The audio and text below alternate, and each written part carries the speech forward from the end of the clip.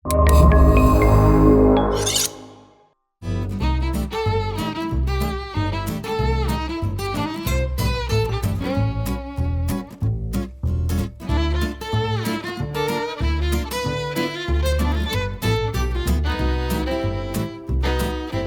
a tutti, oggi parleremo di impasto.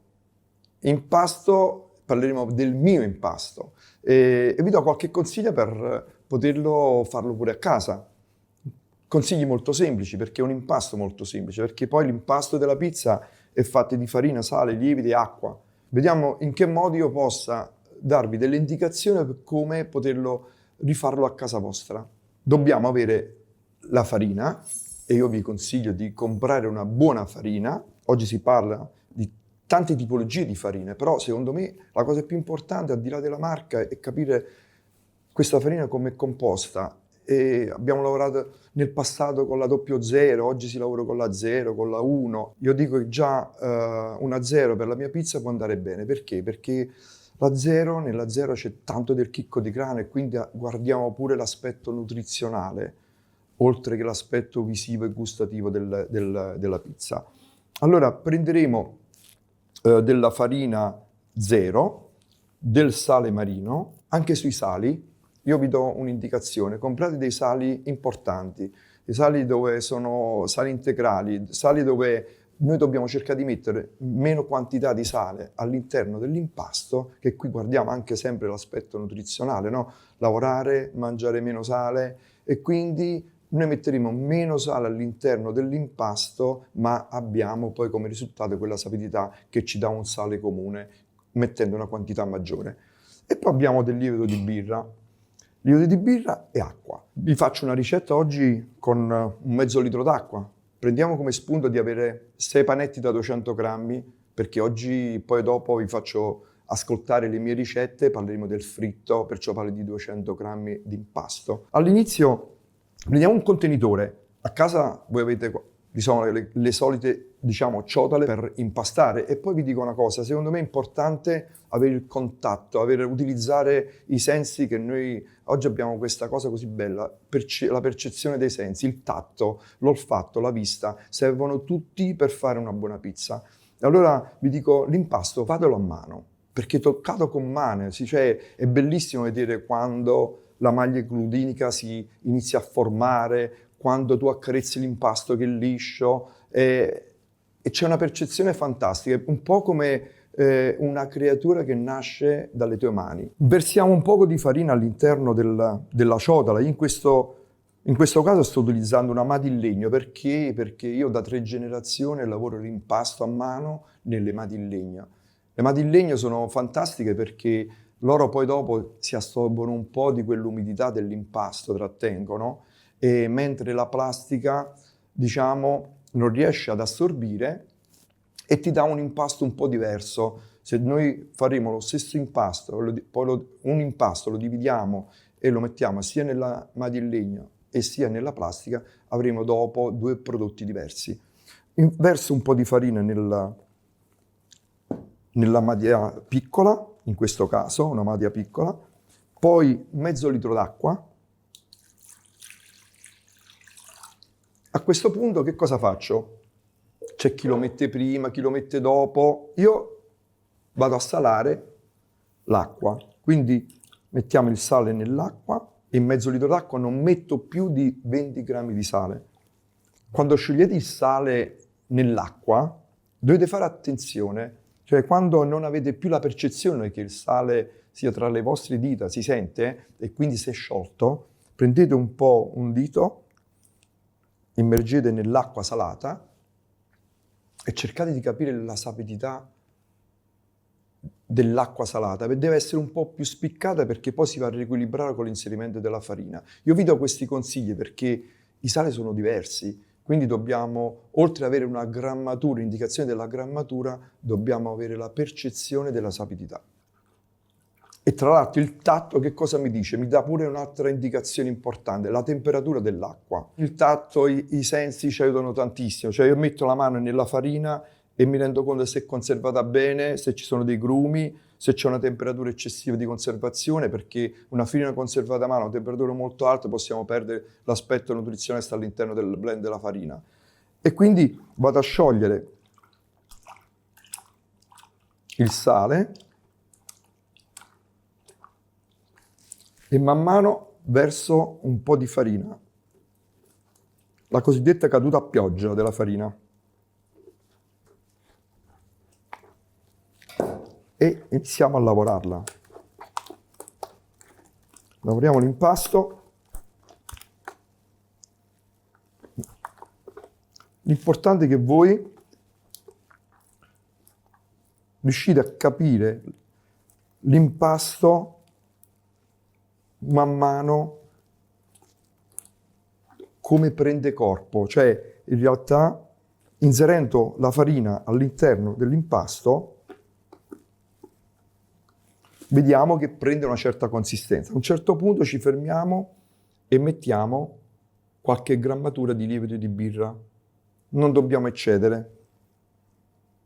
Su un mezzo litro diciamo un 2 grammi, 2-3 grammi di lievito.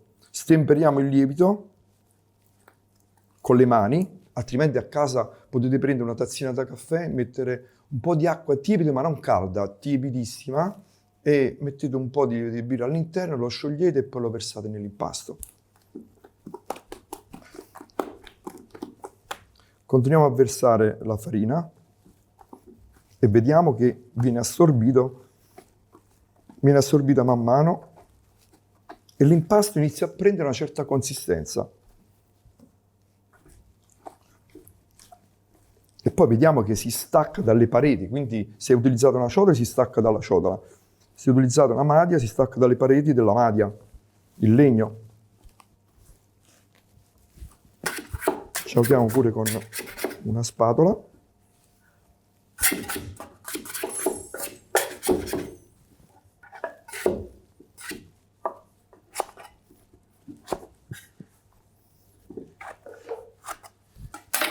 Con le mani, giustamente, per sciogliere acqua e farina utilizziamo dei gesti diversi da quello che poi andiamo a lavorare l'impasto, no?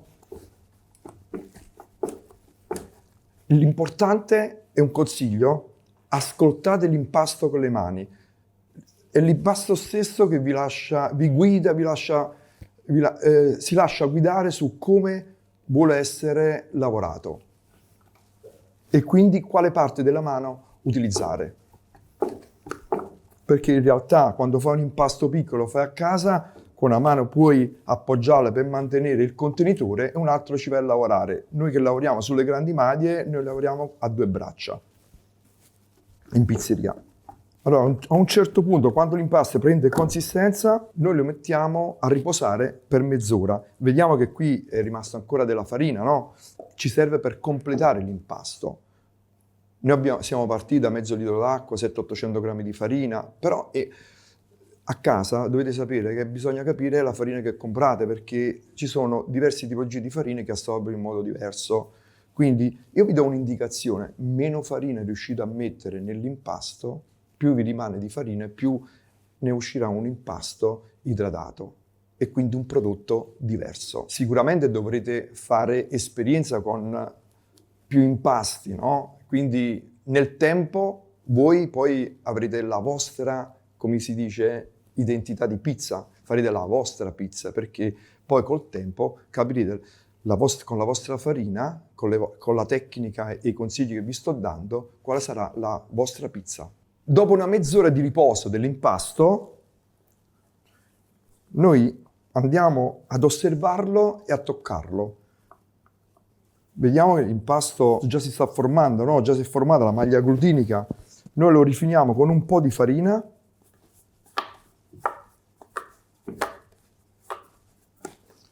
È tipo come un movimento della mano, come vorrebbe avvolgere l'impasto e creare delle pieghe.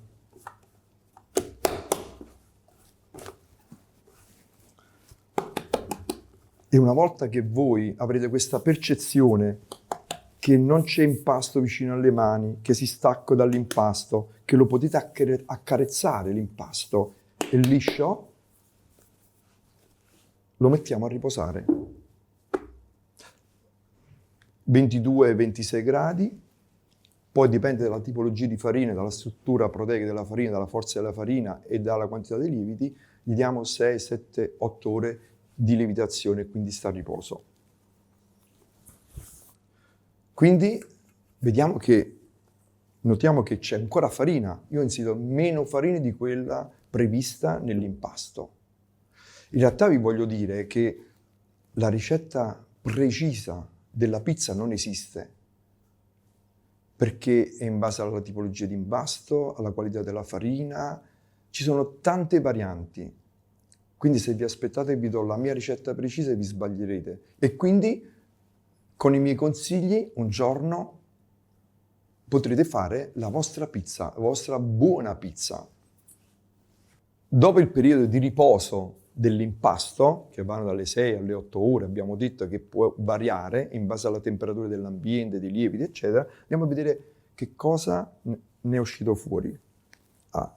Guardate l'aspetto. Innanzitutto quando togliete il panno che copre l'impasto, qui utilizzeremo un altro senso importante, l'olfatto.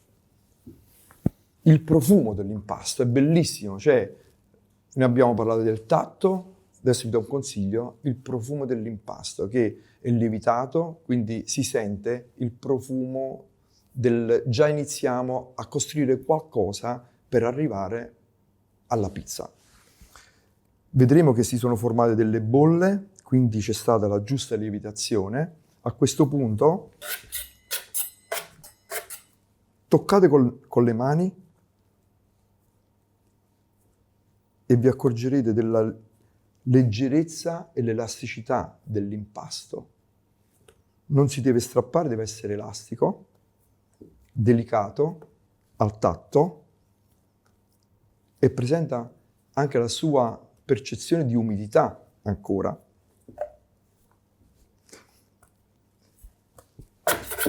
Ci aiuteremo con un po' di farina, ricreeremo la massa. A questo punto, una volta che abbiamo sgonfiato l'impasto, che cosa facciamo? Facciamo i panetti. Abbiamo detto 6 panetti da 200 grammi.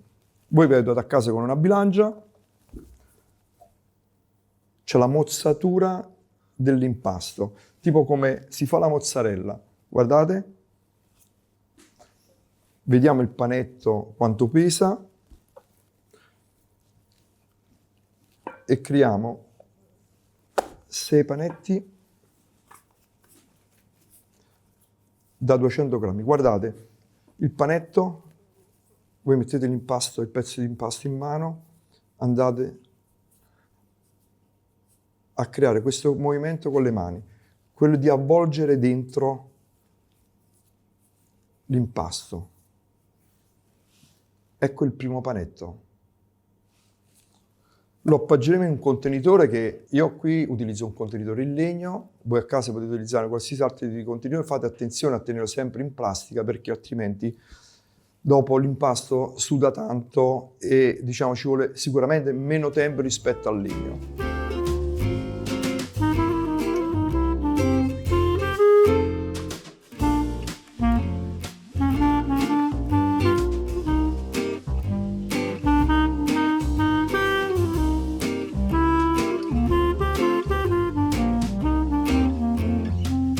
Allora, una volta fatto lo staglio di 6 panetti di 200 grammi, noi andremo a coprirli, aspettiamo un'altra ora e mezza, 2 ore per un'ulteriore lievitazione del panetto, a una temperatura sempre che va tra i 24 e i 26 gradi e saremo pronti fra 2 ore, un'ora e mezza, 2 ore per fare la pizza.